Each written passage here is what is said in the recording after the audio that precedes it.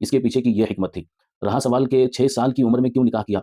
تو یہ بات بالکل صحیح ہے کہ 6 سال کی عمر میں نکاح کیا اور 9 سال کی عمر میں ان کی رخصتی ہوئی۔ اس کا جواب یہ ہے کہ حضرت عائشہ صدیقہ رضی اللہ تعالیٰ عنہا 9 سال کی عمر میں فزیکلی اور مینٹلی بالکل تیار تھی، میچور تھی۔ اس کو اس طریقے سے سمجھا جا سکتا ہے کہ ہر ملک کے اندر جو ہے وہ لڑکیوں کی فزیکلی مینٹلی میچور ہونے کی جو عمر ہوتی ہے وہ مختلف رہی ہے، الگ الگ رہی ہے۔ جیسے آپ سمجھ سکتے ہیں کہ ہمارے ملک کا یہ قاعدہ ہے کہ جب تک لڑکی 18 سال کی نہیں ہوتی اس کا نکاح نہیں کر سکتے۔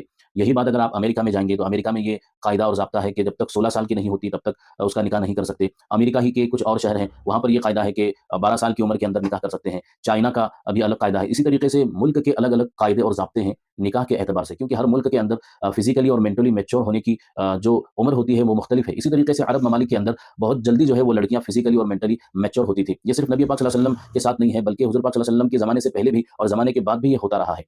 تو آپ کسی ڈاکٹر سے بھی پوچھیں گے تو وہ بھی یہی بولیں گے سائنٹیفک ریزن کہ 9 سال کی عمر میں بھی لڑکی بالغ ہو سکتی ہے۔ تو حضور اکرم صلی اللہ علیہ وسلم نے 6 سال کی عمر میں حضرت عائشہ صدیقہ سے نکاح کیا، لیکن 9 سال کی عمر کے اندر رخصتی ہوئی ہے۔ تو اس سے یہ اشکال بالکل ختم ہو جاتا ہے کہ نبی پاک صلی اللہ علیہ وسلم نے 6 سال کی عمر کی لڑکی سے نکاح کیوں کیا اور 9 سال کی عمر کے اندر رخصتی کیوں ہوئی۔